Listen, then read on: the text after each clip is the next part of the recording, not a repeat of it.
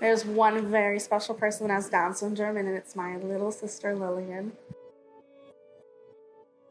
Growing up, it was just my brother Nathan and I. We were very, very close. So when we had a younger sibling, which was Lilian, we didn't have anything to compare it to. We didn't know any different.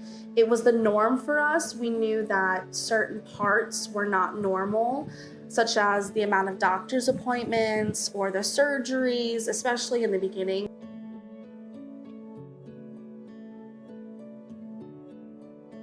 For me specifically, I was already the middle child when she was born. I had an older brother who was the track and cross country star, and I had a younger sister who had doctor's appointments and surgeries every other day.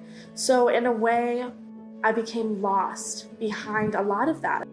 It taught me a lot. I think it propelled my own personality. I do think that the only negative outcome became positive because now it has propelled what I want to do in life, and I want to make my name known in whatever I do.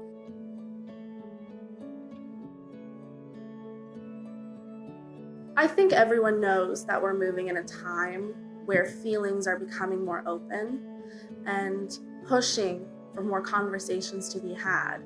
We have multiple movements that are happening to open certain conversations that have never been opened before. And it is controversial to most people because they've never happened before on the scale that it is now. So because of that, it's time for more conversations to happen. When you have a child with disability, I'm sure there are multiple emotions that go through it. There are multiple emotions with women having children without disabilities. Postpartum depression is a conversation that needs to be much more widespread. Not all women have it, but some women have it at an unimaginable rate. And because I can imagine having a child with a disability can take its toll on your mind and your spirit, the conversation needs to be open to say it's okay to have some of those harder feelings. I'm sure you'll go through moments of regret, of thinking, should I have had this child? I slightly regret having this child. That's okay. There's so many hard moments in life where you have thoughts you don't want to have. Sometimes you wish you didn't have that sister. Sometimes you wish you had the opportunity to do something that you couldn't because of the person who has Down syndrome in your life or another disability. It's okay to have those emotions. And for a long time, you feel that it isn't. And many people might not just want to hear it. And I think it's more important to talk with yourself than to talk to others sometimes. Because admitting it's the first step to having that conversation. You have to admit that you had those feelings, and you have to forgive yourself for having some of those feelings. Because some people hate themselves for having certain feelings, but it's okay. And that sentence needs to become widespread in many conversations. It's okay. It's okay to have these feelings, but how are you going to move forward from those feelings?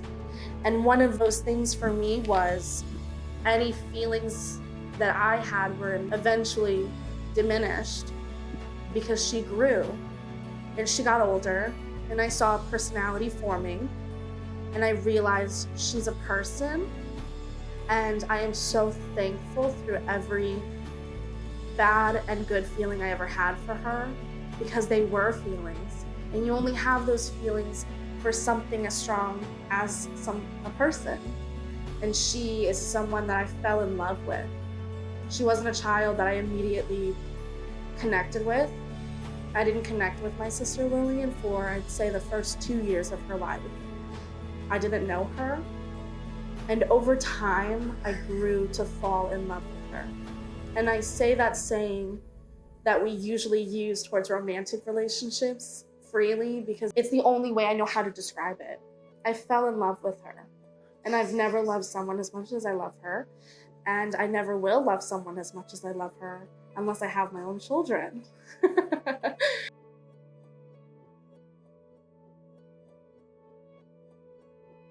I think resources for specifically anyone with disabilities are lacking extremely. I've found through my mother that there are communities virtually that can help each other, but not to the extent that I think people need to start speaking about. I believe there are more resources for parents than there are siblings. I think it's a major step that we need to have for siblings to be able to have that conversation of, I feel left behind. And we don't talk about that a lot because we don't see it as that. We don't want to see it as that. When someone has Down syndrome or any disability, you look at it as a blessing. You always hear people say it is a blessing. And it is. It's very much a blessing. But they have their side effects of that. And one of those things is, as a child, you do feel slightly left behind. I would like for there to be someone to say, that's okay. That feeling may not go away, but you can learn to grow on it. And you can learn to move from it in a positive way. And I think that I'm hoping that this foundation is a resource for people to have harsher conversations that are quite hard for people to have